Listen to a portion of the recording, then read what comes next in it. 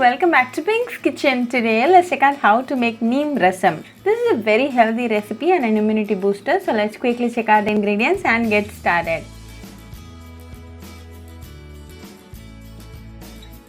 To a mortar and pestle, add 1 teaspoon of peppercorns and 1 teaspoon of jeera. Grind this to a fine powder.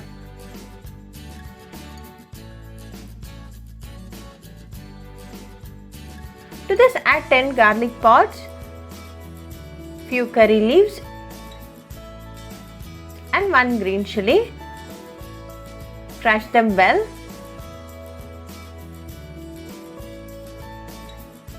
Keep this ready. Now let's start the preparation.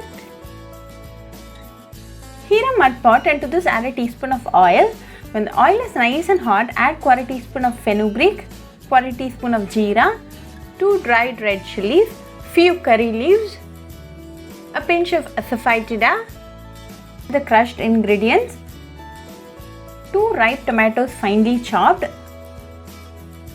a teaspoon of salt, 1/4 teaspoon of turmeric powder and a teaspoon of neem powder. You can get this neem powder in your nearby store. Mix it well until the tomato turns mashy.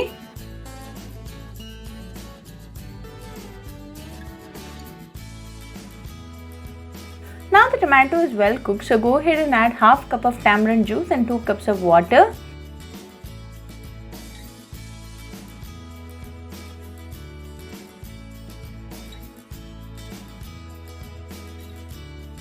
Mix it well and allow it to come to a boil.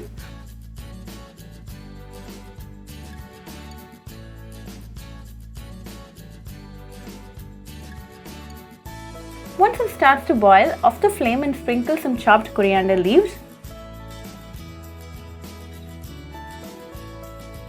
Now our delicious Neem Rasam is ready. Very healthy and definitely an immunity booster.